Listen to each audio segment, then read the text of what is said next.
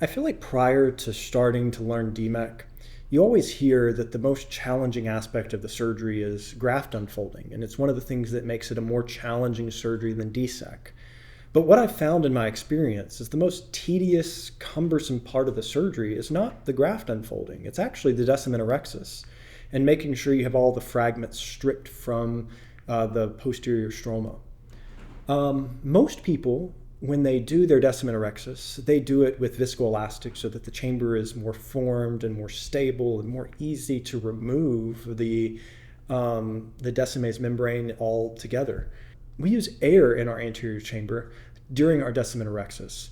This makes it a little bit more challenging and a little more tedious, but it allows for us to visualize if there are any remaining fragments much, much better.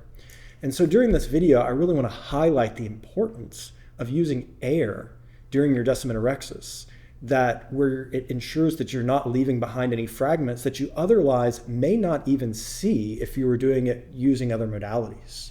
And so let's get started with this video. Here's just a standard DMEK that I was doing in a case just a week ago or so.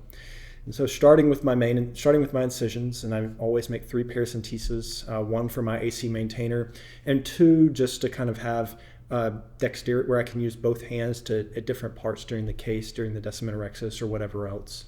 And then I make my main wound immediately after that. I usually go about straight temporal just so that I can insert the graft through it and do any manipulations that I may need. Then I put in the AC maintainer, again here with air, and start my descemetorhexis. One thing with the descemetorhexis I want to do is go very far peripheral so that I can strip more of Descemet's membrane, because we like to use larger grafts. And so stripping out wider allows for us to have a larger landing zone, so that it doesn't have to be perfectly in the middle so that there's no overlap. And so here I'm stripping it. Everything's peeling off nicely as a sheet.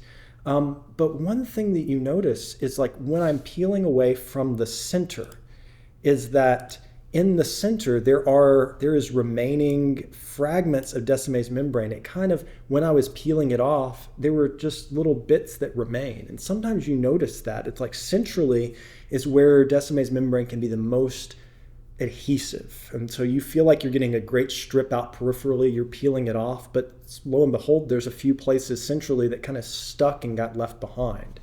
And so here you can see it. If this was under viscoelastic or if this was under BSS, you probably would not see these residual fragments, but they're there, and if they stay there, it's going to inhibit graft attachment. And so in this situation, the easiest thing to do is get this Mellis scraper and try to remove these fragments by just gently brushing them. You can see I'm starting farther from me and pulling towards me, and some of the pieces are coming off, but it's really not coming off all that nicely. It's just breaking apart in little pieces, even with this Mellis scraper. And so I changed my technique. Instead of pulling towards me, I push away from me. And when I push away from me, these little pieces that are really adherent to the central cornea really just kind of brush off and slide off a whole lot more easily.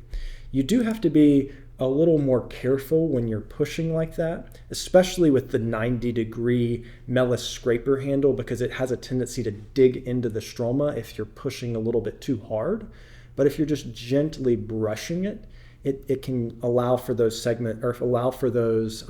fragments to be kind of removed from the posterior cornea.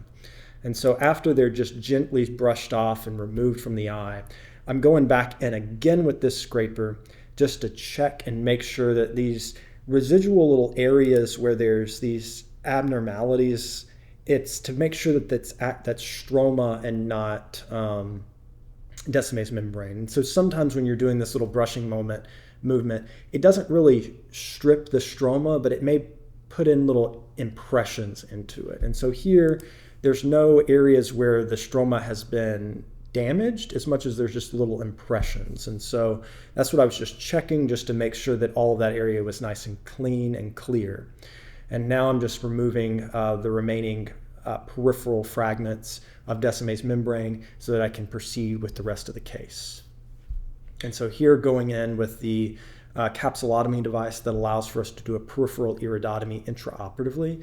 I let some of the fluid exit from the eye during this so that the pupil actually contracts a little bit so that my peripheral iridotomy is further peripheral, reducing my risk of pupillary block postoperatively. So after I make it, then I can insert the graft. And let's just walk through the graft unfolding since we're already here. And so now I insert the graft.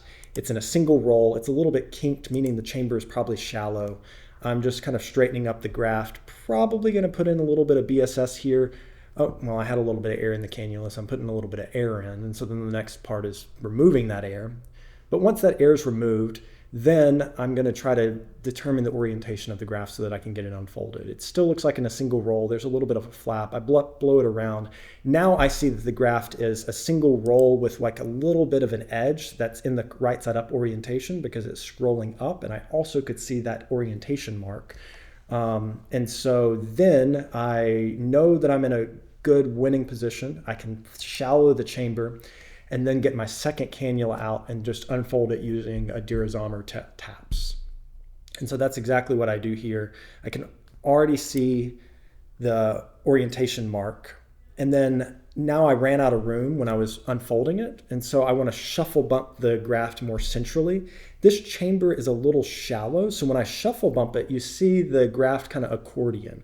One thing that could prevent that is filling up the anterior chamber just a little bit so that the graft can more easily slide over where it doesn't catch the iris when you're sliding it over. I recognize that and just kind of keep pushing it segmentally over a little bit, even without filling the chamber. And then I want to unfold it the rest of the way. Now that the graft is completely unfolded but decentered, the way I want to shuffle bump it over is put a little bit of BSS in the anterior chamber, as you see here, and that allows for that shuffle bump to go over nicely without accordioning the graft. And so now that it's all centered, I can just get the air and lift the graft, and the case is complete. And so we'll see here, I put it in.